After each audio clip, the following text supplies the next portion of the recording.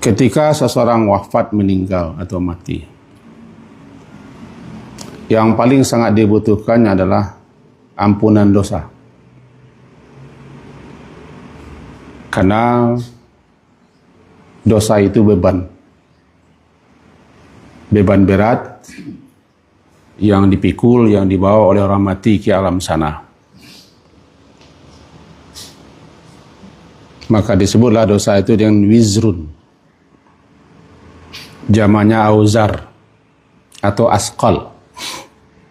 Beban berat yang dipikul oleh seseorang. Dikatakan dosa seperti itu karena dosa itu memberatkan perjalanan orang menuju alam akhirat sana.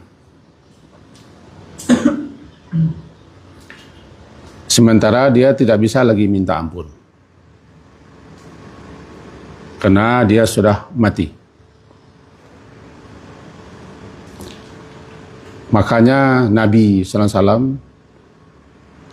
itu yang beliau ucapkan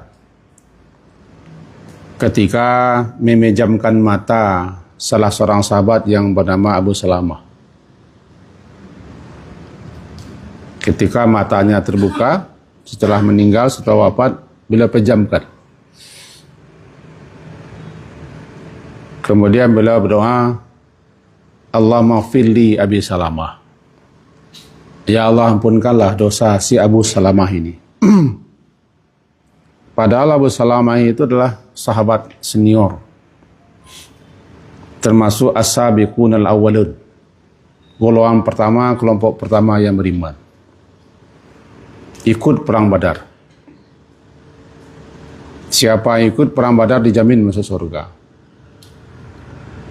Sebulan setelah perang Badar, Abu Salamah karena menderita luka-luka ketika perang Badar wafat.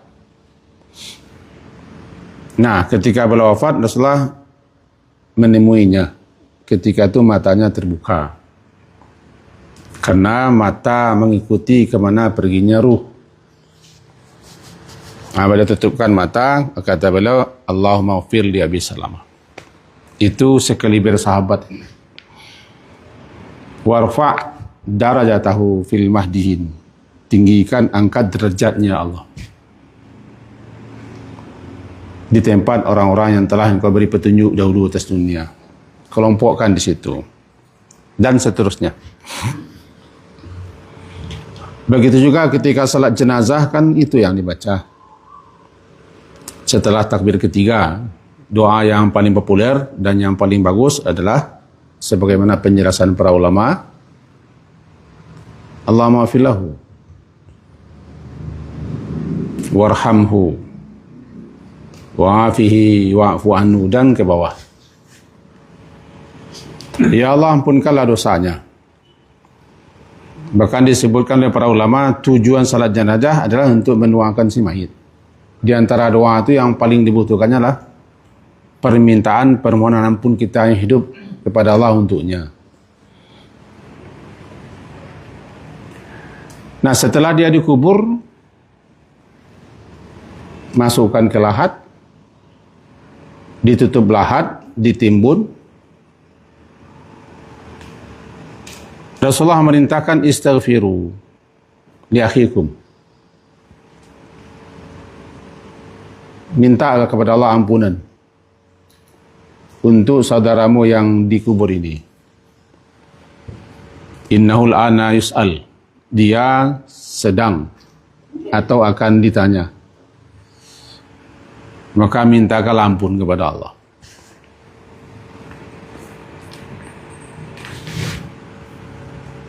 Ini menjelaskan kepada kita betapa butuhnya kita ampunan. Kita yang masih hidup, banyak peluang, banyak waktu, banyak kesempatan untuk istighfar. Sementara orang mati, tidak ada lagi.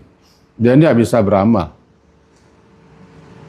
Dia tidak bisa berzikir, tidak bisa doa, tidak bisa istighfar. Tidak bisa melakukan amalan-amalan lainnya. Karena sudah mati. Paling, apa yang ditinggalkannya berupa jariah, Itu yang berguna, bermanfaat untuknya setelah mati, terus menyusulnya. Dan doa-doa, tentu lebih khusus doa anaknya, di samping doa kaum muslimin. Nah, kita yang masih hidup, jangan sia-siakan, jangan buang-buang kesempatan untuk memperbanyak minta ampun. Karena tidak satu pun kita yang tidak berdosa. Kalau ada yang mengaku tidak berdosa, dia sudah berdosa. Setiap hari. Di mana Nabi sendiri dalam satu kali duduk, yang lebih 100 kali beliau minta ampun. Rabbi fili wa tub alayya, kata beliau. Andaikan beliau berdosa pun telah diampunkan.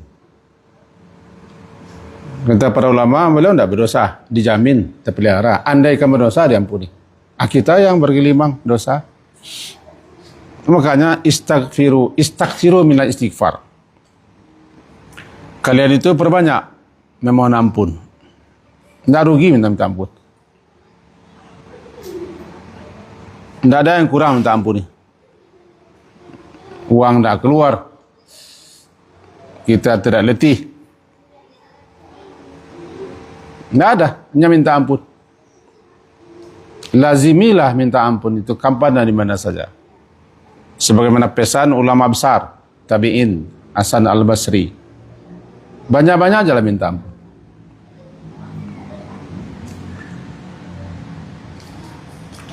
Di rumahmu lah, fi buyutikum.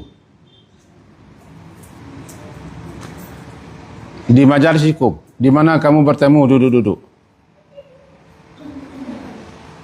Di pasar-pasar, di jalan-jalan, di meja-meja makan, di meja-meja makan. Karena kamu tidak tahu kapan ampunan Allah itu turun. Maka perbanyaklah. Jadi himbauan kita, saya kepada diri saya dan kita semua, mumpung masih ada waktu, ada kesempatan, ya minta ampunlah kepada Allah. Karena kita berdosa setiap hari. Malah setelah kita beribadah pun kita minta ampun kan? Setelah salat, astagfirullah, astagfirullah.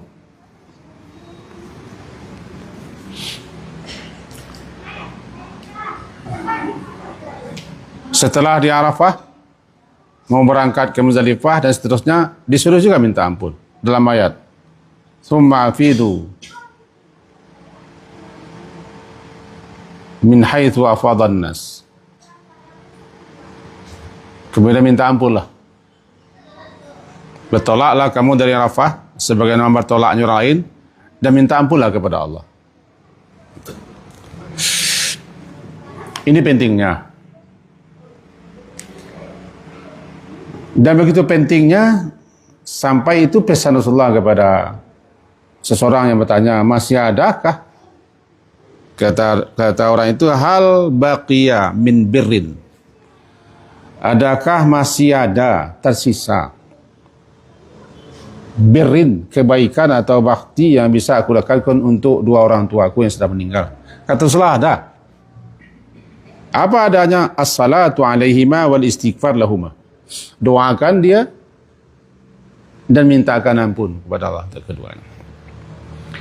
Ini yang dilakukan Nabi Ibrahim.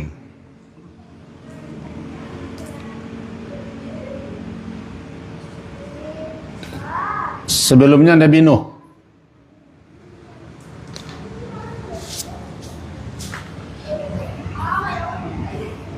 Yang kita baca sebentar ini doanya Nabi Ibrahim. Rabbana, wahai Rabb kami, ighfirli, ampunkan dosaku,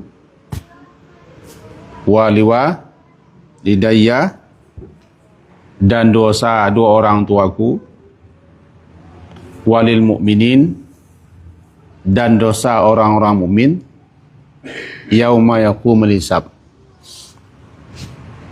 nanti ketika dilaksanakannya hisab perhitungan amal. Doa Nabi Ibrahim. Berdasarkan itu, dalam kitab Syarhud Du'a disebutkan di antara adab dalam minta ampun adalah Dahulukan meminta ampun kepada Allah untuk diri, baru orang terdekat, orang tua, baru orang lain. Dahulukan meminta ampun untuk diri, Rabbi fili atau Allah ma'fili, baru wali-walidai, dua orang tua. Karena dosa itu kita yang harus minta ampun untuk kita.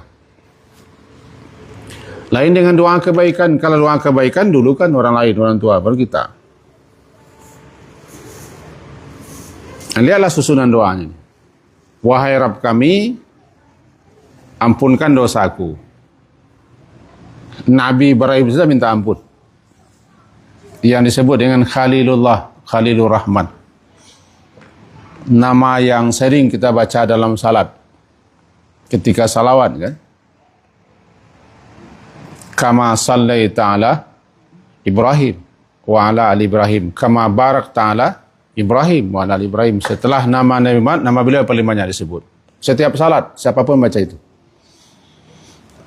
Kedudukan beliau yang begitu mulia, yang tinggi, disebut dalam Quran. Bahkan salah satu nama surat Al-Quran adalah surat Ibrahim, surat ke-14. Dicantumkan doa beliau di sini. Beliau minta ampun kepada Allah untuk dua orang tua beliau sebelum ada larangan. Setelah beliau tahu bahasa ayah beliau musuh Allah, beliau berhenti. Tapi yang kita kaji bukan ayahnya, doanya. Kalau Nabi Nuh dalam surat Nuh, ayat terakhir mirip, tapi ada tambahan sedikit. Doa Nabi Nuh, surat ke-71 ayat ke-8, halaman 571. Rabbi fili wali walidayya waliman dakhala baitiya mu'mina walil mu'minina wal mu'minat. 4. Wahai Tuhanku, ampunkan dosaku satu, dan dosa dua orang tuaku, 2. Dan dosa siapa saja yang berkunjung masuk bertamu ke rumahku, 3. Selagi dia mukmin. Dan dosa orang-orang mukmin laki-laki dan mukmin perempuan, 4. Catatannya, apabila kita minta ampun kepada Allah untuk orang lain, kita dapat hal yang sama. Maka ini sukai kita memintakan ampun kepada Allah untuk orang lain juga, di samping diri. Karena kita mohonkan ampunan kepada Allah untuk orang lain, berapa banyak orang lain kita dapat semuanya. 4. Doa Nabi Nuh. Ini sekaliber Nabi saja minta ampun, Nabi Muhammad juga minta ampun. Lah kita begitu pentingnya, sehingga dikatakan orang yang tidak mendapat ampunan Allah adalah orang yang paling merugi. Lanakunanna minal khasirin. Rabbana zalamna anfusana.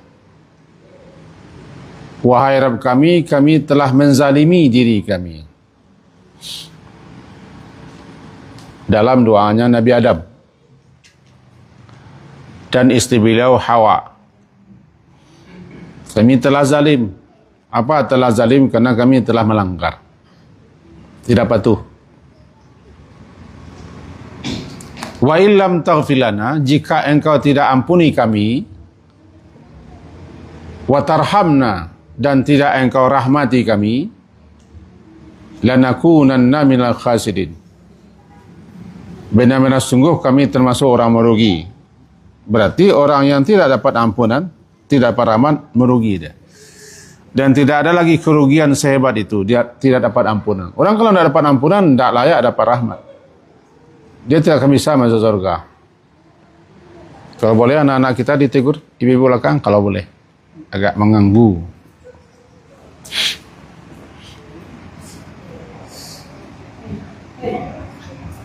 Jadi suatu kerugian adalah orang yang tidak dapat ampunan. Rugi itu kita sekarang tidak terasa. Orang yang kurang PK keimanannya tidak sadar bahasa dia berdosa, tidak sadar.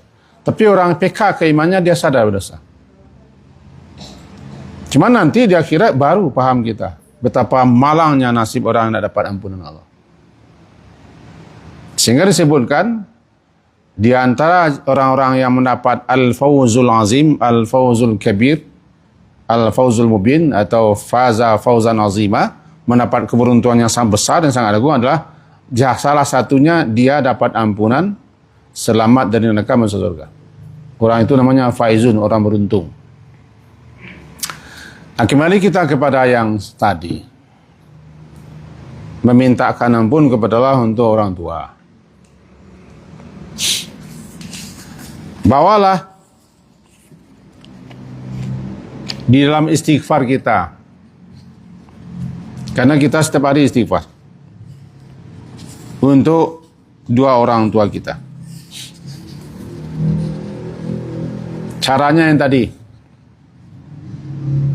boleh dipakai doa Nabi Nuh dan itu bagus, karena doa dalam Quran adalah doa yang terbagus. Rabbi fili wa liwalidayya wa liman dakhala baitiya mu'mina wa lil mu'minina wa mu'minat. Atau doanya Nabi Ibrahim, Rabbana fili wa liwalidayya wa lil mu'minina yauma yaqumis hisab. Atau doa yang biasa kita hafal, Rabbi fili wa liwalidayya warhamhuma kama rabbayani saghira. Yang penting jangan tidak dibawa, karena kita juga akan butuh ampunan setelah mati. Setelah kita mati, sangat kita harapkan orang belakang berdoa kepada Allah dan memintakan ampun kepada Allah untuk kita. Ini yang dijawab oleh Rasulullah SAW. Cuman ada catatannya. Kita memintakan ampun kepada Allah untuk orang, baik orang itu hidup ataupun sudah mati, dosa-dosa yang berkaitan dengan Allah. Tapi dosa-dosa yang berkaitan dengan makhluk, kezalimannya kepada orang lain, penipuannya, kecurangannya, pengkhianatannya, kesewenang-wenangannya, dan segala macam yang berkaitan dengan orang lain, jangankan kita, orang itu sendiri tidak bisa dapat ampunan Allah sebelum dia meminta rela, minta maaf, atau mengembalikan lagi hak-hak orang lain yang diambil, dirampok, dirampasnya. Fal yatahallalhu, maka hendaklah minta halalkan, minta relakan kalau dia berbuat zalim. Karena kezaliman kepada sesama adalah kezaliman yang tidak akan dibiarkan. Artinya pasti nanti diperkarakan di akhirat. Makanya ulama membagi syarat tobat itu minimal ada 3. Yang pertama menyesal, nadamah namanya. Yang kedua berhenti. Yang ketiga bertekad untuk tidak mengulangi lagi, lalu minta ampun lah. Salat tobat tidak syarat, itu tidak syarat, syaratnya yang 3 itu. Tetapi jika dosanya, salahnya berkaitan bukan hanya kepada Allah, juga berkaitan kepada orang lain, tambah satu lagi syaratnya, minta halal, minta rela, minta maaf, dan kembalikan lagi. Lalu bagaimana kalau harta negara yang dirampas? Ya itu, ambil, kembalikan lagi. Korupsi, menimbun kekayaan. Kalau cukup hanya dengan istighfar bisalah saja, sudah aman deh.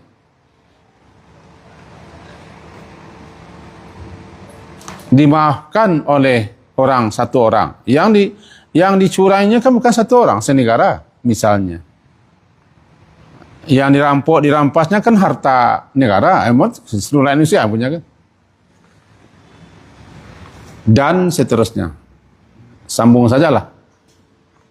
Jadi kalau kita memintakan ampun untuk orang yang menzalimi orang lain, kata para ulama, tidak bisa sampai.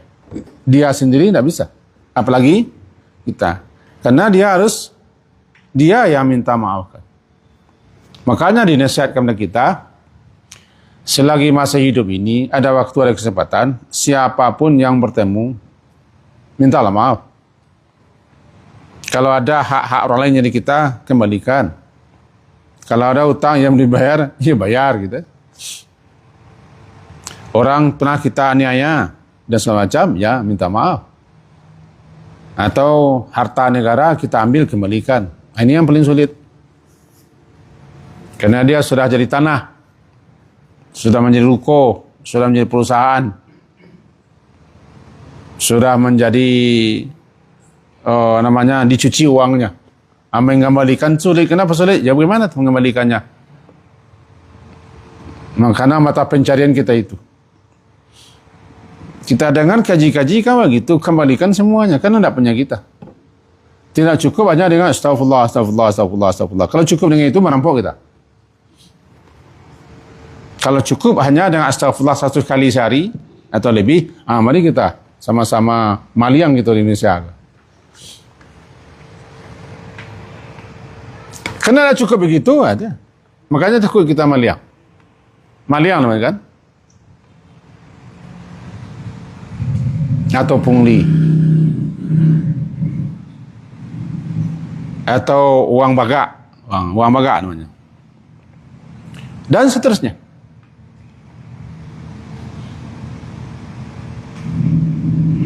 Ini dia. Nah, pernah barangkali guru-guru kita menyampaikan dan kita juga pernah menyampaikan dulu.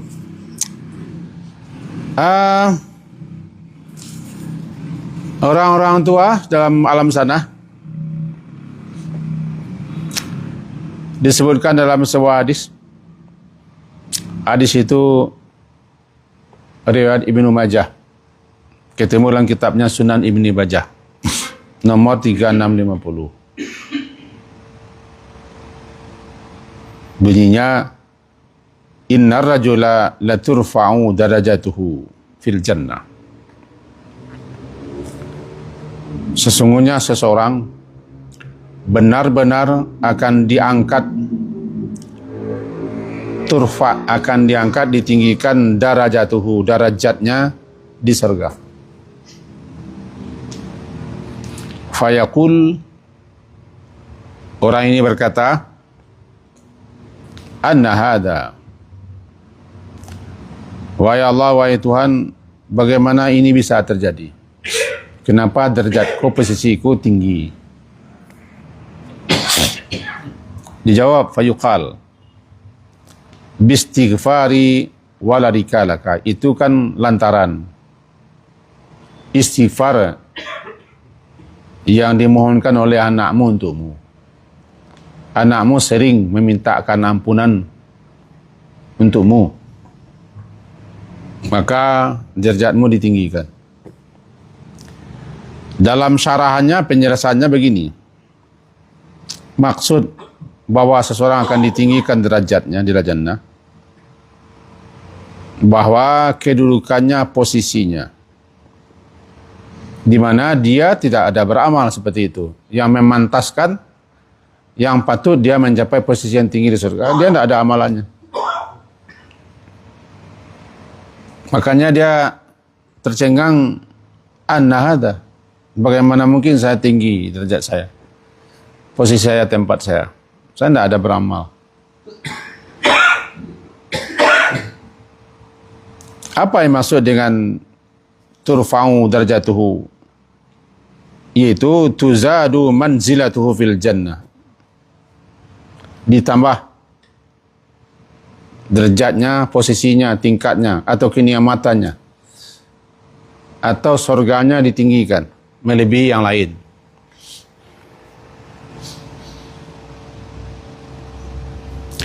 Lantaran anak-anaknya sering memintakan ampun kepada Allah.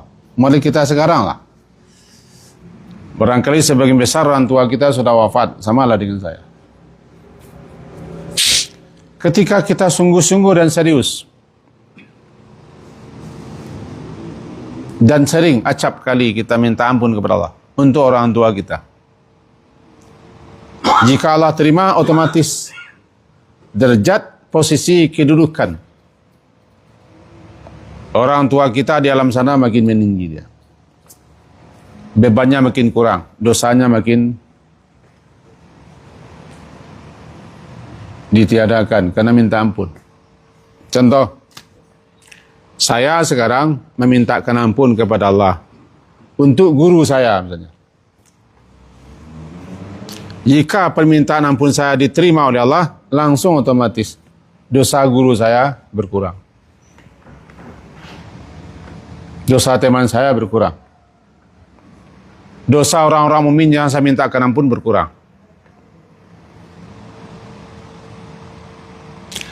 Kalau khusus dibaca, ya Allah ampunkan dosa orang tua, kedua orang tuaku, dosanya berkurang. Baik ketika dia hidup atau sudah mati. Untuk itu seriuslah, sungguh-sungguhlah minta ampun kepada Allah itu untuk kita. Karena tidak semua istighfar kita diterima oleh Allah. Sehingga disebutkan istighfaruna yahtaju istighfarin. Permintaan ampunan kita atau istighfar kita masih butuh kepada istighfar yang lain. Istighfar yang kita baca membutuhkan istighfar yang lain. Kenapa? Karena bisa jadi istighfar kita tidak benar. Tidak sungguh, tidak serius. Tidak fokus. Perlu pula kita istighfarkan. Mudah-mudahan tertangkap bahasanya. Belum tentu istighfar yang kita ucapkan diterima oleh Allah. Kenapa? Salah. Tidak layak diterima. Karena tidak terima, atau karena salah, atau caranya salah, atau niatnya salah, ya butuh pula istighfar yang lain. Ada pula istighfar yang diterima adalah orang mengerang-ngerang istighfar, membikin cara, membuat-buat, mengubah-ubah, menyimpang caranya daripada yang diajar Rasulullah, ya kemungkinan tidak diterima. Bukan saya yang tidak terima, Allah tidak terima. Pertama, Allah tidak terima ibadah kita kalau tidak ikhlas. Yang kedua, kalau cara kita beribadah, cara berdoa, cara berzikir menyimpang, tidak sesuai dengan tuntunan Rasulullah, tidak terima juga, tertolak dia. Itu syarat mutlak yang tidak bisa tidak. Makanya istighfar kita itu sungguh-sungguhlah, seriuslah, dan betul-betullah kita minta ampun untuk kita, untuk orang tua, untuk guru-guru. Yang paling sering kita lupakan adalah berdoa kepada Allah untuk guru-guru. Besar jasa guru. Dan ini tidak perlu kita baca betapa besar jasa guru. Jasa orang tua adalah mengasuh kita, membiayai kita. Tapi jasa guru adalah mendidik kita, membuat kita bisa pintar, bisa pandai. Itu guru. Di satu sisi sama orang ini, di sisi lain berbeda. Makanya kita dianjurkan, jangan lupa dalam doa-doa kita dan permintaan ampun kita membawa nama guru kita. Tidak ada yang bisa kita balas daripada guru kita.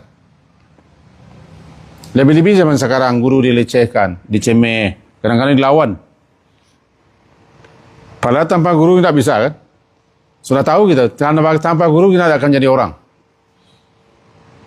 Bawalah dalam doa kita, dalam istighfar kita untuk diri, orang tua, guru,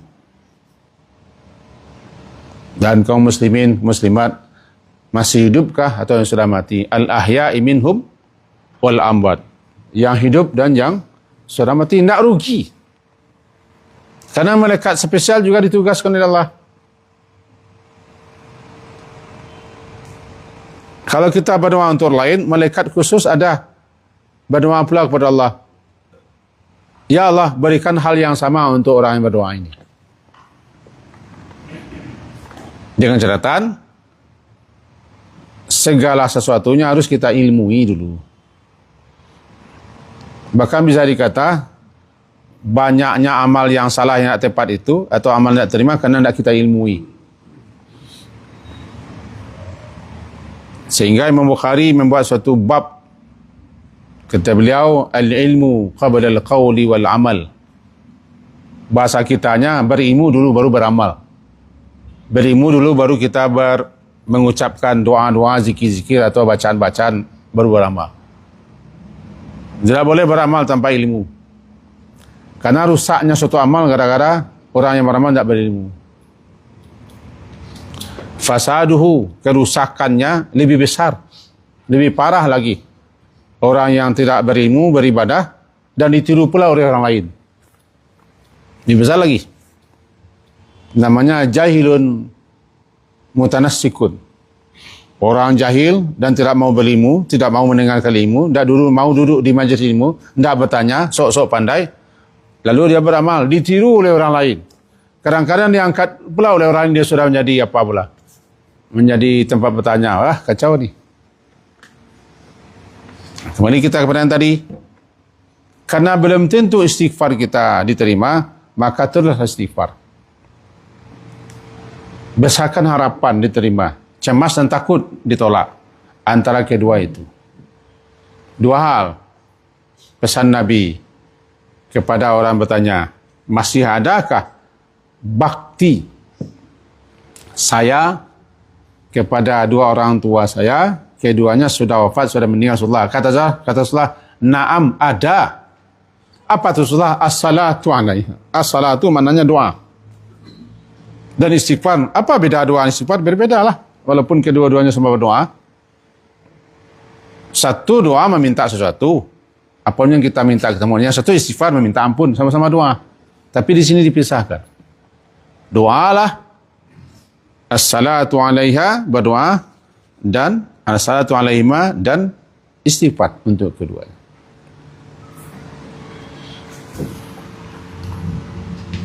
Kemudian tambahnya di sini,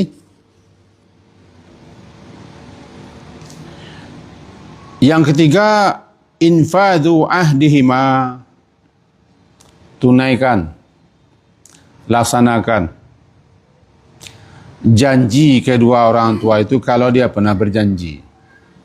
Kepada siapa dia berjanji? Ingat, janji itu pasti akan ditagih. Innal ahda, sesungguhnya janji itu akan ditanya. Mas'ula, akan diminta pertanggungjawaban. Tidak boleh kita pandang enteng penerima janji. Janji itu pasti kita ditagih. Janji hutang lah. Dalam surat Al-Isra, surat ke-17, disebutkan seperti itu. Setidak-tidaknya bagi kita yang suka berjanji, hati-hati berjanji. Bawa pembayar janji nanti dah kira tidak uang lagi. Uang tidak ada. Pembayar janji dia kira nanti amal saleh atau ibadah. Emas tidak ada, uang tidak ada. Lalu apa? Ya, amal saleh. Dikatakan innal ahda, sesungguhnya janji itu kana mas'ula, ditanya, ditagih, dimintai tanggung jawab. Bagaimana kalau kita berjanji ke orang Indonesia, lantaran janji kita itu dicucuk orang kita, foto kita, dipilih orang kita, janji-janji.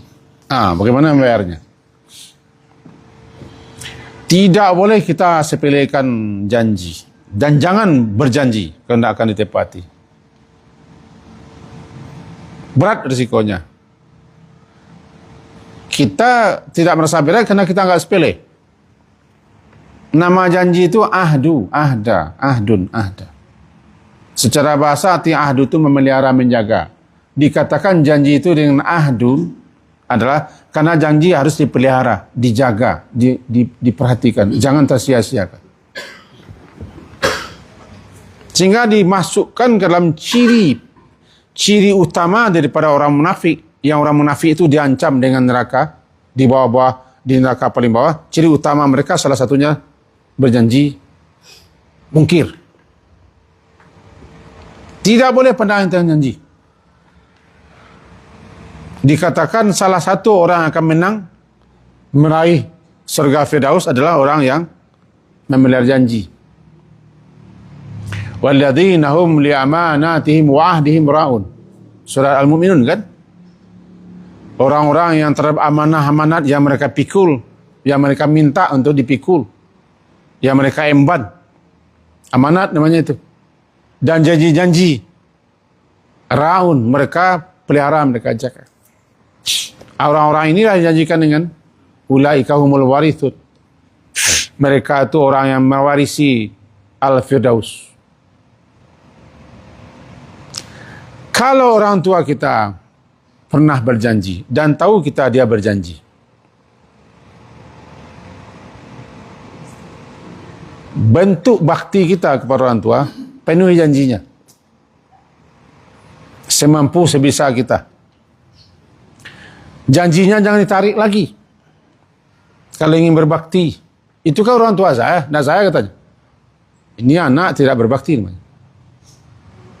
Tak jarang-jarang orang menarik lagi janji orang tuanya. Atau malah mengambil apa yang diberikan orang tuanya. Ini biasanya masalah tanah ini.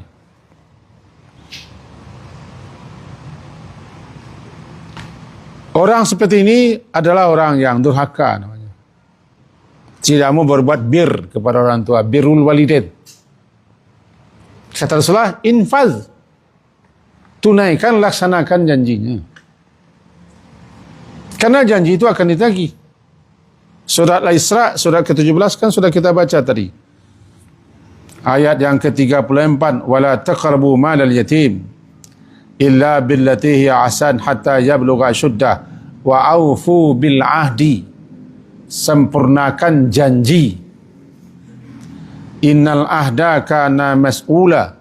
Karena sesungguhnya janji itu akan dipintai pertanggungjawaban dan akan ditagih lalu dibayar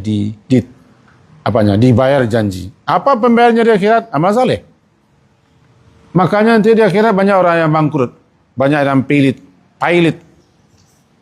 Dia harus membayar kezalimannya, kecurangannya, penipuannya, ingkar janjinya dibayar. Ini berkaitan dengan iman. Orang kalau tidak beriman, tidak percaya dia. Apalagi dia mensepelekan akhirat. Akhirat esok dituang aja. Kini saya nak jaleh saja. Orang seperti ini salah satu orang yang akan menyesal sejadi-jadinya di akhirat. Pesan ke diri saya dan kita semua, jangan gampang-gampang berjanji. Berat risikonya. Dan jangan permudah-mudah janji. Walaupun janji kepada anak, ke cucu, ke isteri, ke suami, jangan gampang-gampang. Saya jadi, isulah, bikolah, nantilah. Jangan gampang-gampang. Karena janji, orang megang janji. Kita anggap sepele, tapi orang menunggu janji. Sampai sekarang kita masih menunggu janji para pemimpin kita. Orang yang telah kita pilih, kita tuntut janjinya, mengelak-ngelak dia. Anggota-anggota dewan yang telah kita percaya, mengelak dia bertemu. Alasannya masih alasan. Alasan itu bisa kami yang keparak panjang janggutnya lah. Kalau lain tak banyak sesabuitnya. Sebagai bentuk bakti kita kepada orang tua yang sudah wafat, sudah meninggal, penuhi janji infadu katanya. Dalam hadis ini, infadu ahdihima, tunaikan, laksanakan, penuhi janji kedua orang tuamu, min ba'dihima, setelah keduanya wafat meninggal. Jika kita tahu, tunaikan. Berapa bisa, berapa sanggup. Tercatat, tidak tercatat. Kadang-kadang kita bikin alibi kan, tidak ada catatannya. Tidak ada saksi. Ya, kalau memang sudah berjanji, kita tahu dia berjanji, kan catatan malaikat ada.